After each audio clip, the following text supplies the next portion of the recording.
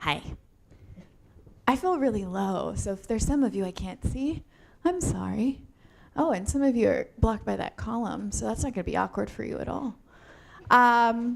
Okay, so I'm just going to do a brief overview of what we're going to do real quick, and then so you kind of know where this is going, and then we'll get started. So we're going to just do intros of ourselves, so you know who the heck is up here on this panel.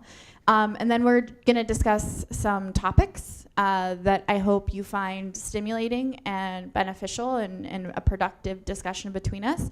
And then we'll open it up for questions from the audience. I don't know if we did that Twitter thing. Did we do that? We did? Okay, so I'll also look at that while we transition. So probably 10 to 15 minutes, depending if there's a ton of questions, then I'll cut us off and we'll get to them.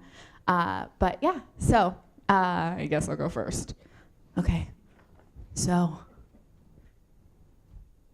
we're gonna give you intros of ourselves, which I said already, and we're gonna talk about, just so you know, and so the panelists know what they're supposed to be talking about. Where they're from, because that's helpful, what they do for work now, kind of how they got to that path, and then why go, and if you have any fun facts about yourself. I didn't tell them that, I just threw that on them, so they're probably like, what? I don't want to talk about that. Okay, my name is Cassandra. Okay. I work at Google for 1 year in a few weeks. I'm on the Go team, and I am the lead for open source strategy, which means I do a lot of stuff. And I go to a lot of conferences, and I see some familiar faces. My path to this job was super weird. And I started off, I was a retail manager for 7 years. I sold organic mattresses. Any of you in my, everyone laughs at that. It just is always a thing. If you were in my keynote earlier, you heard that already. So I managed a store, I did all that stuff, which doesn't seem like it would relate, but it really does, because I learned a lot about people, customer service, managing different personalities, and the importance of different opinions and needs. And then I went into startups for many years, everything from like back-end infrastructure to like Lambda-like functions. And those just happened to be Go shops.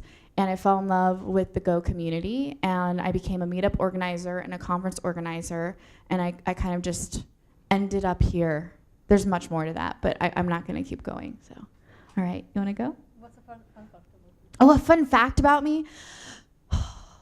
I am the eldest of like 7 children, and the youngest is like 8 years old. So my parents just never stopped. Hi, I'm Anna. I work for Stripe in San Francisco. I moved there a year ago.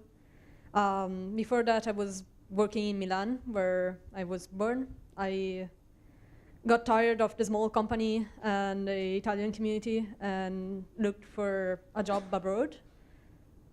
The moving part was not easy. There are a lot of cultural changes I wasn't expecting. It's really far away, like 12 and something hours by plane, and that matters, turns out. But yeah. I got into Go because of a Christmas present, and it was a Go book. And I never stopped. I started in 2015, and this is my first Go conference. Oh, so, good. And you spoke at it. Yes, yeah, yes, wow. right. A fun fact about me, I bring my cat on a leash. Yeah, on the subway, airports, and some occasional trees. I love it. Wow. Apparently you can herd cats. Good afternoon, my name is Carmen. I am from the United States. I live in New York. My story, how I ended up here, is very long in the making. I attended computer science in the university and hated it. I barely passed, and I left. I came and I lived in Italy. Si parlo italiano e voglio praticarlo. Ma non Ma non, no, whatever. Anyway, I try to speak in Italian to every like waiter possible, and they hear my accent. They're like, "Now we'll just speak English." And I'm like, "Listen, I tried really hard to learn this language. Can you just give me some practice time?" I digress. Anyway, I left. I didn't get a job in software engineering or coding for like 12 years because I followed my life partner, my husband, who studies Italian Renaissance architecture and urbanism. So if you want to talk to me about that flying machine on your badges for Da Vinci's wings, I'm gonna like tweet thread about this because like, anyway. So I've lived pretty much all over the world, and I came back into tech when my youngest child was off at school age, and I had lots of time now. And I said, what do I want to do with my life? And I said, well, I have this degree. What should I do with it? And I kind of got back into it as like a systems administrator about 5 or 6 years ago. And then I got a job at a startup, and it was like a deep dive because they just were very, very fast. And it was like you were asked to do lots of things. And then I heard about a language about 4 years ago called Go, through meetups, women's meetups. And they're like, you should try it. I think you'd like it. And then I met a guy online that was giving away Go scholarships named Dave Cheney. I don't know. You may know him. And I was like, yeah, I don't know who you are, but if you want to give me a scholarship to go attend this programming language conference in 2015. So I was like the first Go diversity scholarship winner. And I went and I fell in love with the community, and I haven't turned back.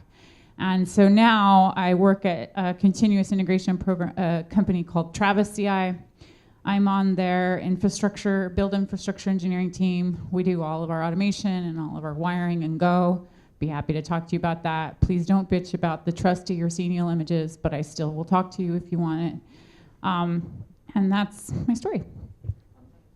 Oh, fun fact.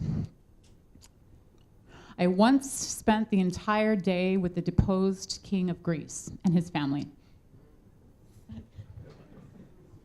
That one's going to be hard to top. I'm Ellie, and those of you who've been victims of my talks in the past will know it's almost impossible to get me to sit still this long. And this is the most painful experience I've ever had because I can't really just stand up and run over everybody. Not without being very rude.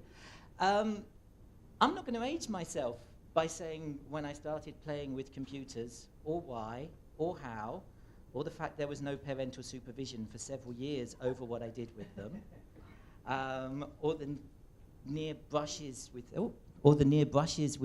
criminal behavior that might have involved as a child. The laws were different back then. It wasn't criminal, I promise.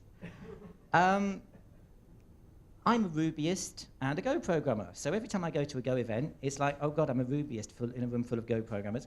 And at Go events, Ruby events, I'm always, oh God, that woman into Go. So I'm not really at home at either, but I'm at home in both.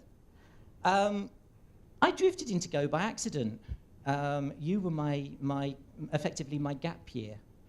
I'd just done a whole pile of weird stuff with low-level Unix stuff for a year in Ruby, and it's like, oh, I need a new language, and Google just delivered this new language as I got off a plane. And it was like, I'll play with that. And you've not been able to get rid of me ever since. And that's not to say there haven't been people who haven't tried. I came to write a Ruby runtime. I stayed to basically turn you all into Ruby-style Go coders, because closures. I love Go because, quite frankly, it's a very abusable language. I like the Go community because, in general, it's full of reasonably mild-mannered, sane, sensible human beings. And I don't work with Go. I design digital identity systems for a living. That's all architecture stuff. It involves no coding at all. This is my hobby. Fun fact, some of you may have flown on a plane that I wrote an autopilot for in Visual Basic. Wow. Ponder that.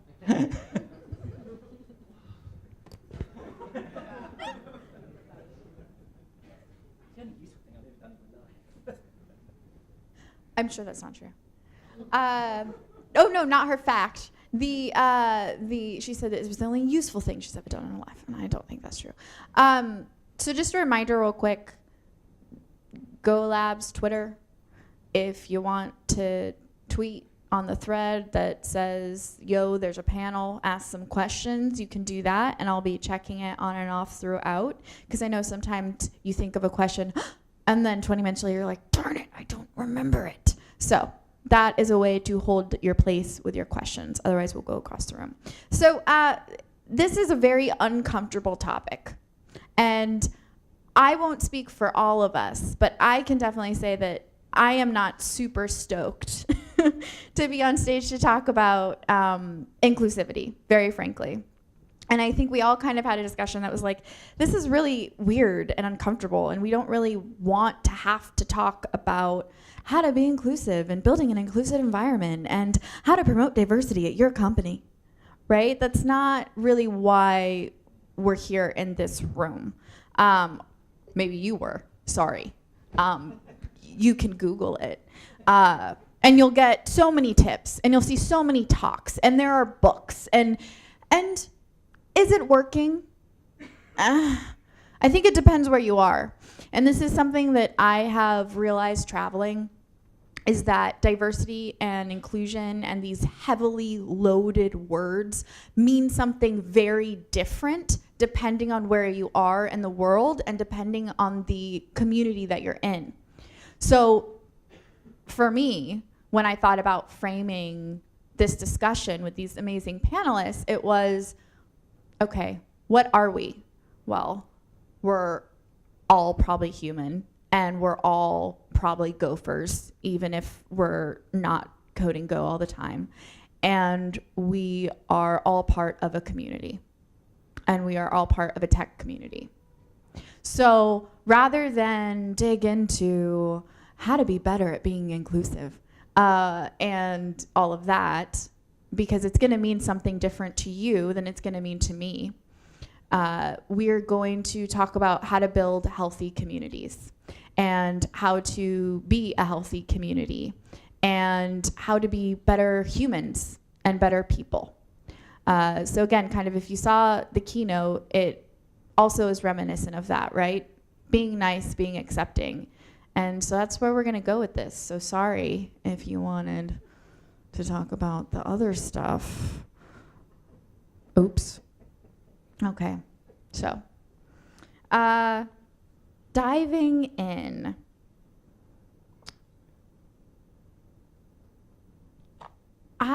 This is always the hardest part, is like getting started, right? Like trying to think of how do you start that? So I think maybe just talking about what a healthy community looks like to us. We all have varying experiences. What does a healthy community look like? What are the important traits that makes you recognize a healthy community? And maybe we can just start off, by defining it as maybe a place where you feel welcome. Is that a healthy community? Yeah, I'll let whomever wants to take it can take it. Does anyone want to take it? Carmen, do you want to go? Yeah, I will take it. You're nodding. Sure. So can you repeat the Yeah, thing? so what does a healthy community look like?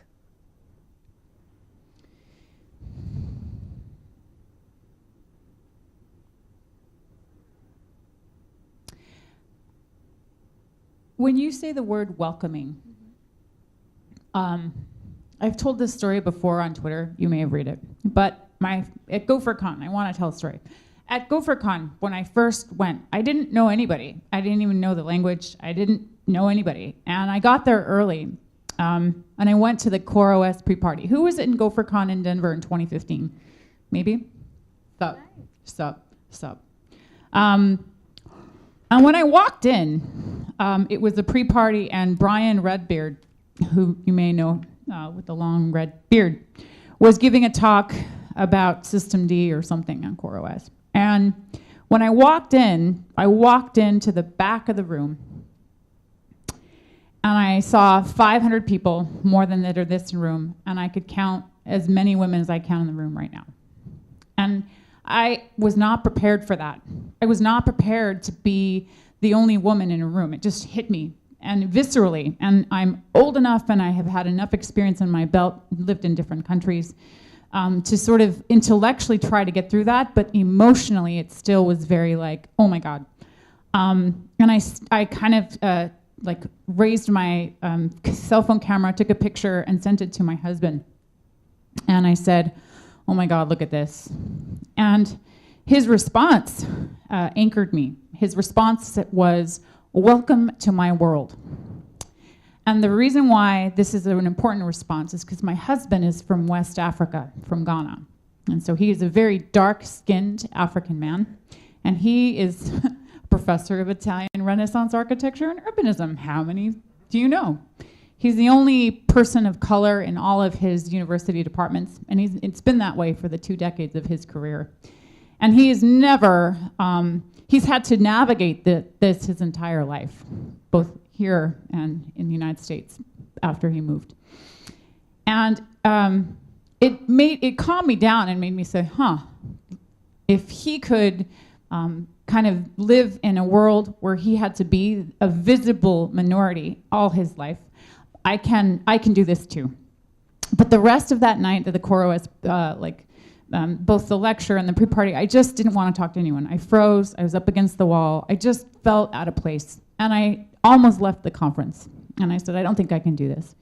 But I went back to the hotel room that night and I said, you know what? I'm gonna make the most of this.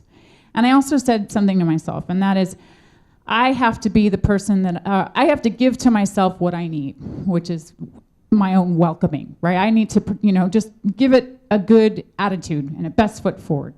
And so I get to the conference the next day, the real actual conference. And I'm there super early because I want to get to the lay of the land. And if you go to this conference center in Colorado, it is enormous. It can house about 60,000 people. It's like an indoor stadium. So that in this huge space, I see only one other person. And he's wearing a GopherCon lanyard. And he's just like an average person. And I go over to him and I smile. He sees I'm wearing a lanyard too. And I say, oh, you're here early? And he says, yes. And we somehow get into the conversation about time zones. I was about 3 hours ahead. Anyway, I'm getting a little bit to the point. I had a nice conversation finally, one-on-one with person before the crowds arrived. And I thought, gosh, this guy's really nice. And if I can have one nice conversation with the person, I probably want to give this conversation a chance. So we walk down together to the conference venue. We take this long escalator down. And he says to me, it was very nice to meet you, Carmen. I have to go prepare for a talk, but maybe I'll see you around. And I would see that guy about an hour later giving the keynote. His name was Russ Cox. I didn't know Russ. I didn't know him from Eve. That's what we say. I don't know if there's a time. I didn't know that. That's nice. But that talk was the talk in which he says, we need everyone, and everyone isn't here. And that was it for me. I was like, yep, this is the thing. Software needs me. The software industry needs me. I don't need it, right? I'm not in it for the money. I'm not in it for prestige. I'm in it to help provide the valued perspective that is needed, right? So that's the story that I want to say about a healthy community, right? And the story doesn't end there. I would then go in and I'd start Women Who Go in New York City, and I would start doing lots of community work. I would bring Bill Kennedy to some workshops for women who go across the country. I would just go to lots of conferences, and I just really plunged forward into community building. And I pretty much, every time I go into a room, I always look for the person that looks visibly uncomfortable. Maybe someone to the side. Maybe someone who looks like they're just not wanting to be here. And I actively go over and try to gauge and see if I can make a conversation with them. As much as I'm already uncomfortable about being in this room, I still go and make sure that they feel welcome. And it is in this giving that I give to myself the welcoming that I need, right? We give what we can only give what we have. So I have to say that. So it's continued on, and I have to push through that. And so the uncomfortness right now is, I agree to do this thing partly because I hope that there's women, minorities, people of color, or underrepresented people. Maybe you have a physical disability. Maybe you have a neurodevelopmental disability or difference. I have a son with autism. And I want that person who has yet to feel included to sort of hear my story and feel heard, feel seen, right? And that is the inclusivity. So as much as I'm like, oh, I don't know if I want to do this, I also do it because I want to at least give my stories and have someone feel like they hear themselves in the story. And our communities right now, we resonate with the talks that reflect ourselves, right? And we need more talks for people who have yet to feel included, right? We need more people to feel who've yet to feel included. And inclusivity is personal, right? But that is the dance. That's why it's just so hard to talk about. Anyway, I kind of took like 18 minutes here, so I'm gonna pass it on. No, I timed. It wasn't 18. 17. Right. No, it's okay.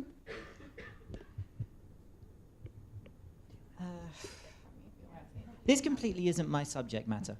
Totally isn't. I do tech because I love computers. I met computers at an age where nobody had decided that they were for boys or girls. They just were.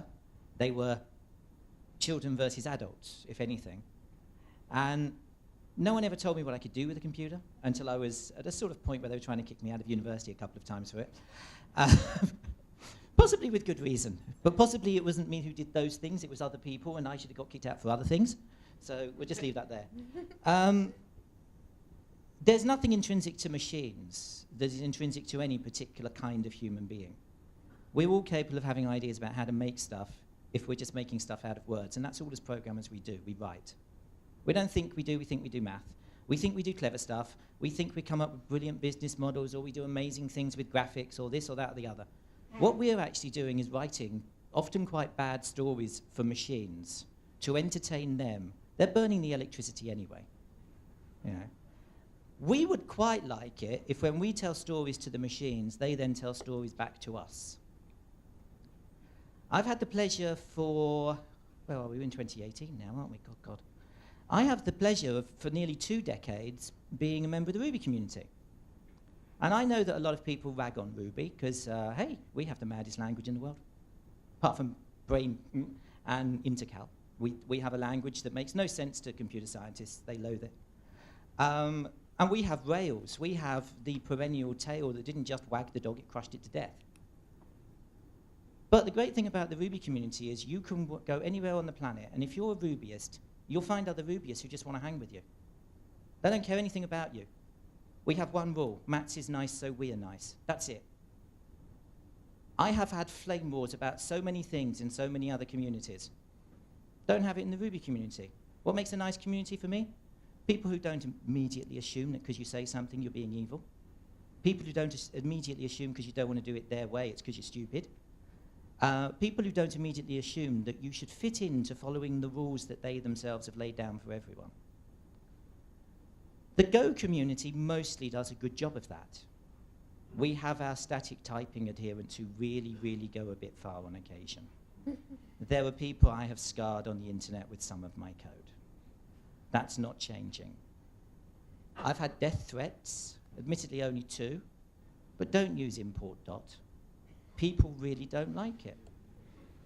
Does that make it a bad community? No, because it's like 2 people who can get obsessed over a single line of code. Never been anywhere where I've met Rubyists in person and Go people in person, but we haven't had good times. 2 good communities. I've been in a lot of companies that are highly dysfunctional. They're not dysfunctional because they look at me on any particular characteristic that's obvious from looking at me.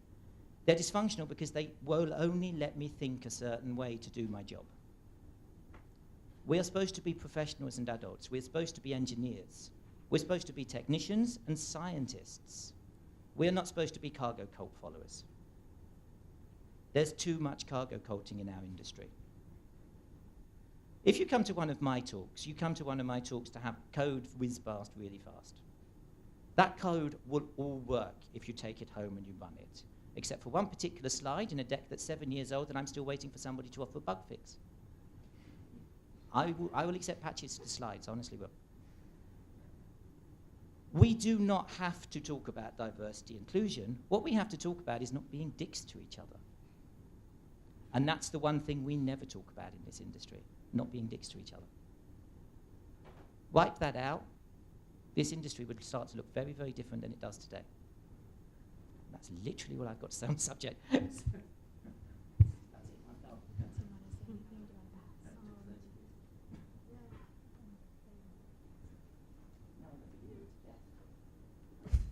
So yeah, another important aspect of a welcoming community is the importance of hearing people that are not shouting their opinions out loud. They're not able or willing to open a GitHub issue and start shouting their opinion about that issue. Maybe they tell that to their friend, and that friend actually listens to them. Also, having meetings where people can stop and ask your opinion if you're not talking out loud. Allow everyone in the room to actually express themselves. That made a difference for me a couple of times.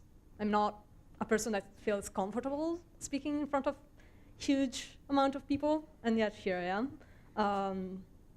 And I wasn't able to speak up at first in a new team with new people, and they took the time to stop and ask me what I was thinking and how I would solve the problem, and that allowed me to gain more, what's the word? Self-esteem, to actually speak up and say my opinion in front of them. Thank you all. Okay, so where to take it from there? I think what I'm hearing is this theme of not being a dick, or being nice, or I know, is this being recorded? I'm definitely getting fired. Yeah. Oh well. And listening, giving people the opportunity to speak, accepting the contrarian. So what are some other themes that we feel that we've experienced maybe in teams or with managers that have made us feel comfortable to be who we actually are, not who others want to perceive us to be? That was kind of deep. But I think from my experience, some of the most effective panels have something that the audience can take away and can try to apply. So what, either through experience or through example, experience is an example, but either through a story or through a specific example, what are some things that have helped you, i.e. Anna, you talking about just someone pausing and saying, Anna, what do you think? That is a very powerful thing for you. So what are some other experiences that you've had that make you feel comfortable? What creates, I guess it's kind of what creates a solid environment for you to be the person that you are? Sure. I want a question to that question. Okay. The way that I answer that is the person that I am right now. How many of you are a parent, a dad or a mom? Okay. What I realized about what it takes to make somebody else comfortable, I didn't really understand until I was a mom. Because what it takes to make my kids comfortable sometimes is not anything that makes me feel comfortable. And yet I have to push through it to do what I can for them.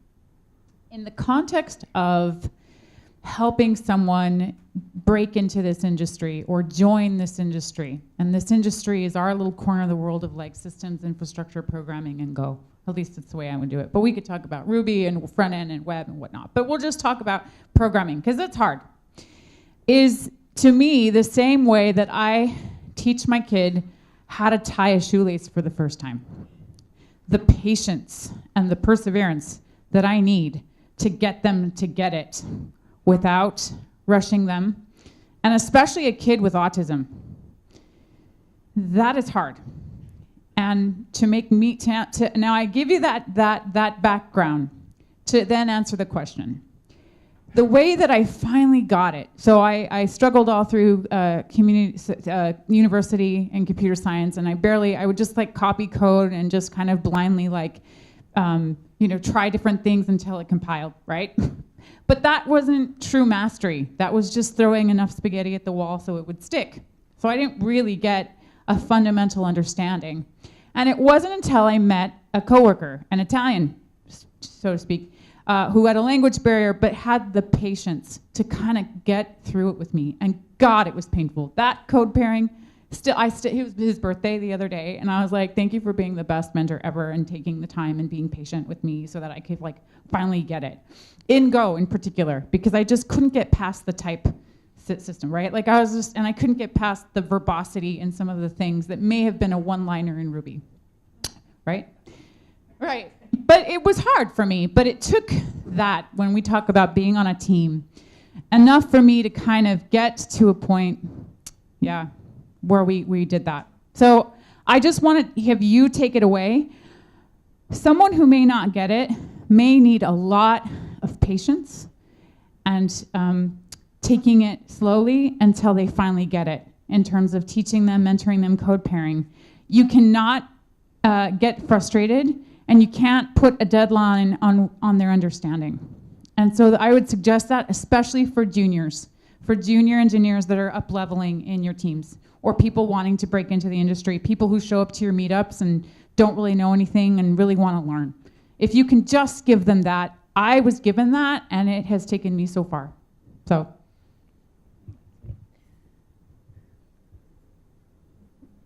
You can if you want. I mean, it's.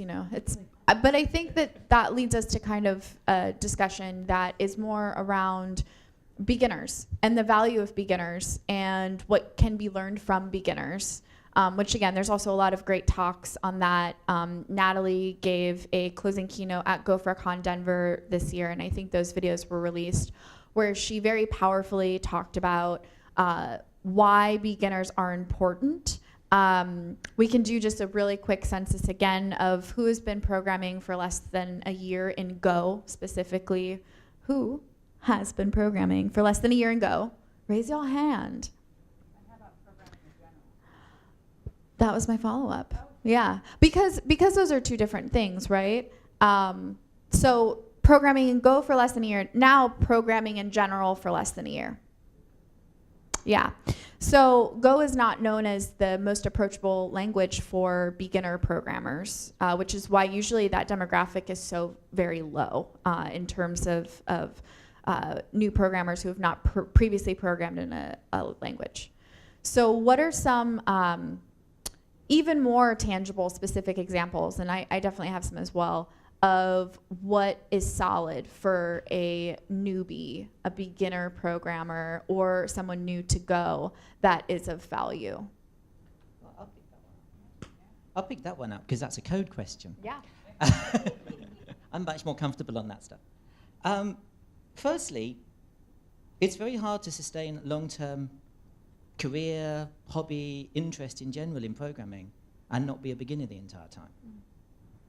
Hardly 99% of the code I've ever written has been junk.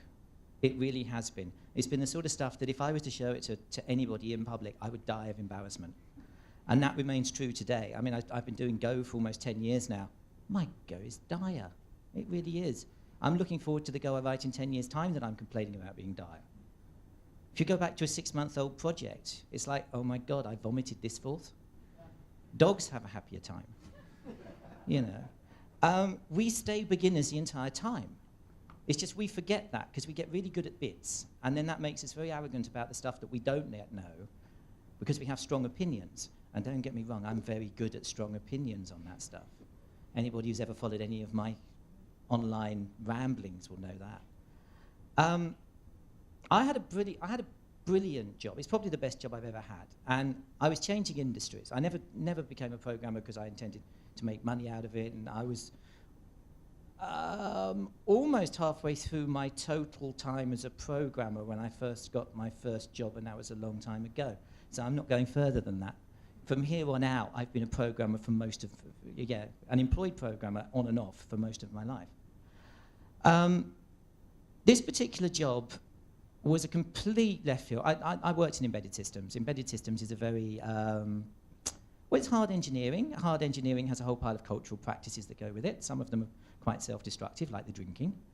And I'm glad I'm no longer in it anymore because I want to live to an old age. But my boss was looking for somebody to come and work on a system that effectively he'd created over 8 years. It was a behemoth. It was a beautiful, brilliant behemoth. It was the sort of thing you could easily lose yourself in working on for years, and I did. I lost myself in working on it for 4 years. He very sensibly didn't ask me to write a line of production code for 5 months. We hire in somebody to come and work on our teams on something. We expect them to be productive on day one. If we're building something interesting, why on earth should they be productive on day one?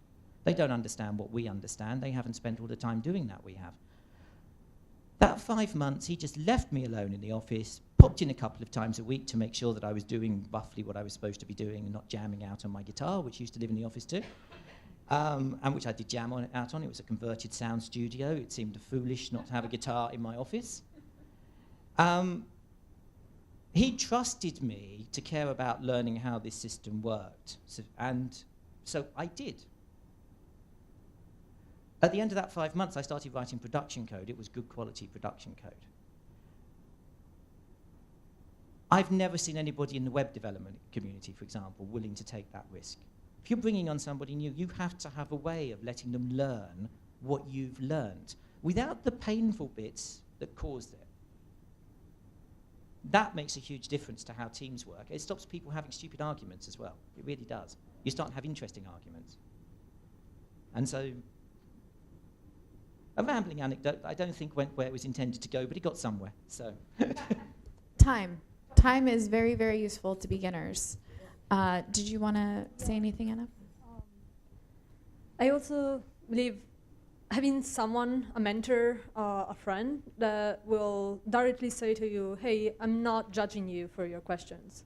Like, ask me anything you want. I respect you. I believe you're smart enough. You're here, and you got here by yourself. So it doesn't matter what you're going to ask. Just ask me. And that makes the difference. That creates a mentor, a person that's there for you, no matter what.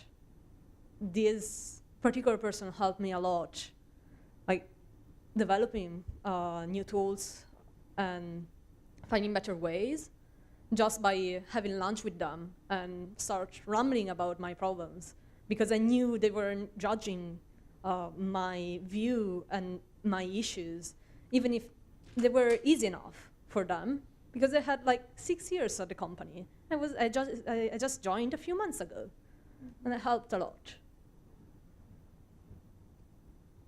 I think that is super important, the safety to ask questions. The thing I would add to that, in terms of practical things that you can give, in Go, let's just be so thankful. To explain to somebody why you needed to source your Go path in the first place, like who didn't understand a Unix programming environment. So it was tough. I mean, that's just a barrier to a true newbie. And think about that. You've probably been doing that if you've been in a Unix environment for a very long time, but to someone who didn't, and when I would do like some of these programming things for beginners, that was incredibly hard. And so I had to remember like when I first was doing that, when I first started out. So this idea of Zen mind, beginner mind. I love it. Okay, so I apologize because I lied to you all. We are out of time now. I am being told it's game over. Literally, the sign says game over. It's actually a little terrifying. It's like, oh my God. Okay. All right. So we are going to have to end. But feel free to still tweet out your questions if you do have them. And, you know, I'm okay with responding online. I won't speak for everyone else. It gives us a second to kind of gather our thoughts. But yeah, thank you so much for talking with us.